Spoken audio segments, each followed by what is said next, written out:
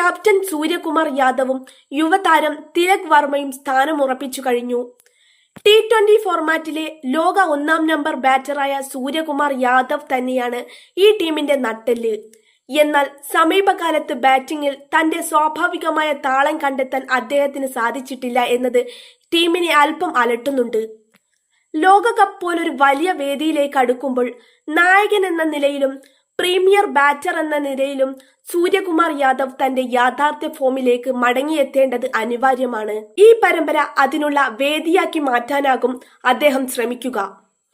4-ാം നമ്പറിലെത്തുന്ന തിലക് വർമ്മയാകട്ടെ ചുരുങ്ങിയ കാലം കൊണ്ട് ഇന്ത്യൻ മധ്യനിരയിലെ വിശ്വസ്തനായി മാറിക്കഴിഞ്ഞു.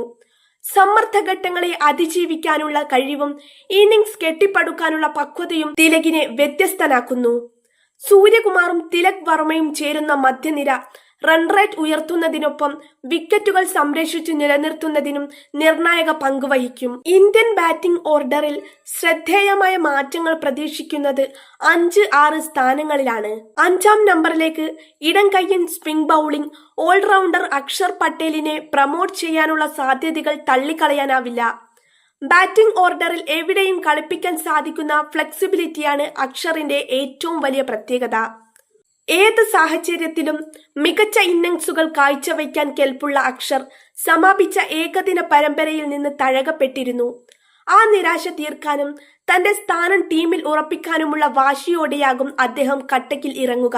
6-ാം നമ്പറിലെത്തുന്നത് മറ്റാരുമല്ല, ഇന്ത്യൻ ക്രിക്കറ്റിലെ സൂപ്പർ താരം ഹാർദിക് പാണ്ഡ്യയാണ്. ഒരു നീണ്ട ഇടവേളയ്ക്ക് ശേഷമാണ് ഹാർദിക് ദേശീയ ജേഴ്സിയിൽ തിരിച്ചെത്തുന്നത്. കഴിഞ്ഞ ഏഷ്യ കപ്പിനിടെ പരിക്കേറ്റ് പുറത്തായതിനു ശേഷം ടീമിന് പുറത്തിരിക്കേണ്ടി വന്ന ഹാർദിക്കിന്റെ തിരിച്ചുവരവ് ടീം ബാലൻസിനെ സംബന്ധിച്ചിടത്തോളം അതിനിർണായകമാണ്. ബൌളിംഗിലും ബാറ്റിംഗിലും ഒരേപോലെ മത്സരഫലത്തെ സ്വാധീനിക്കാൻ കഴിയുന്ന ഹാർദിക്കിന്റെ സാന്നിധ്യം ക്യാപ്റ്റൻ സൂര്യകുമാറിന് നൽകുന്ന ആത്മവിശ്വാസം വലുതാണ്. തകർപ്പൻ പ്രകടനത്തോടെ തന്റെ തിരിച്ചുവരവ് ആഘോഷിക്കാൻ തന്നെയാകും ഹാർദിക്കിന്റെ ശ്രമം. T20 ക്രിക്കറ്റിൽ മത്സരഫലം നിർണയിക്കുന്നതിൽ ഫിനിഷർമാരുടെ പങ്ക് വളരെ വലുതാണ്.